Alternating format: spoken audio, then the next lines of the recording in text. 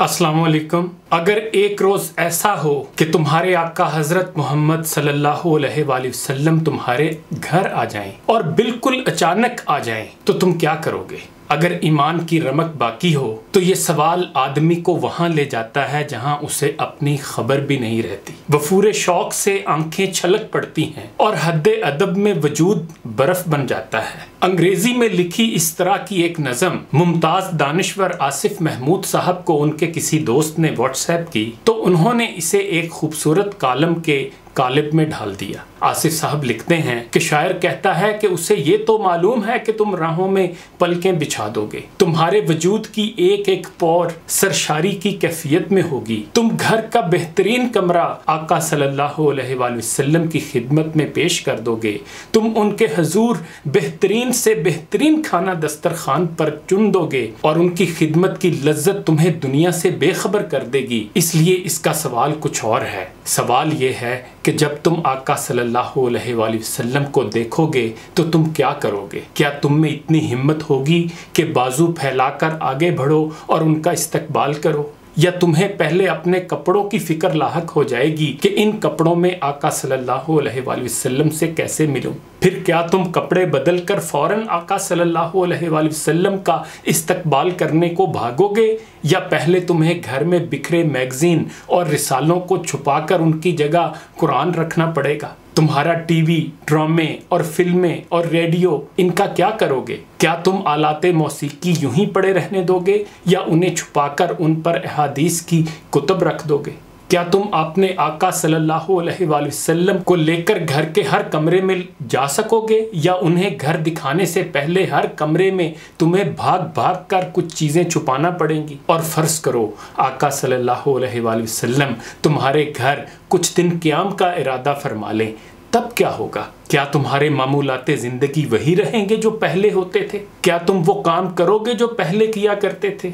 क्या तुम इसी तरह बातें करोगे जैसे पहले किया करते थे? क्या तुम वो किताबें पढ़ सकोगे जो पहले पढ़ा करते थे? क्या तुम अपने आका सल्लल्लाहु अलैहि वसल्लम को बता सकोगे कि मेरे मामूलाते ज़िंदगी ये हैं? जहाँ जहाँ तुम जाते हो क्या तुम में हिम्मत होगी कि आका सल्लल्लाहु अलैहि वसल्लम को भी साथ ले जा सको, या तुम अपने मामूलात मुअत्तल कर दोगे कि आका सल्लल्लाहु अलैहि वसल्लम को इनके बारे में कुछ खबर ना हो? क्या तुम अपने करीबी दोस्तों को आका सल्लल्लाहु अलैहि वसल्लम से मिलवाने की हिम्मत कर सकोगे? ये तुम्हारी ख्वाहिश होगी कि जब तक आका सल्लल्लाहु अलैहि वसल्लम यहाँ जलवा अफरोज हैं तुम्हारे दोस्त इधर का रुख ना करें? आखिरी सवाल नहीं है, एक तीर है जो दिल में पेवस्त हो जाता है। शायर पूछता है कि सच सच बताओ, अगर आका सल्लल्लाहु अलैहि वसल्लम फरमाएं अब मैं तुम्हारे पास ही रुकूंगा तो क्या तुम्हें ये सुनकर वाकई खुशी होगी?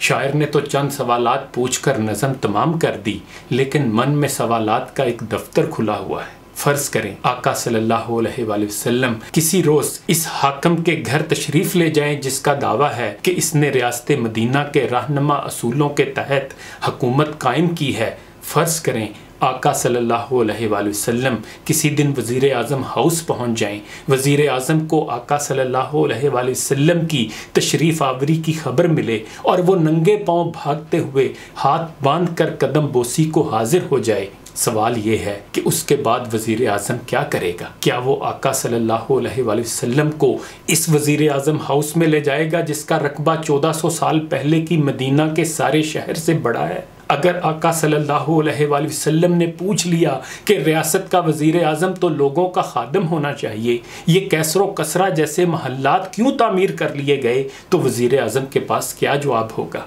वज़ीर आज़म हाउस के महल के कालीन, कीमती फानूस, महंगा फर्नीचर, नमूदो नुमाइश, कीमती क्राकरी, आलीशान गाड़ियाँ, क्या वज़ीर आज़म में हिम्मत होगी कि आका सल्लल्लाहु अलैहि वसल्लम को ये सब दिखा सके?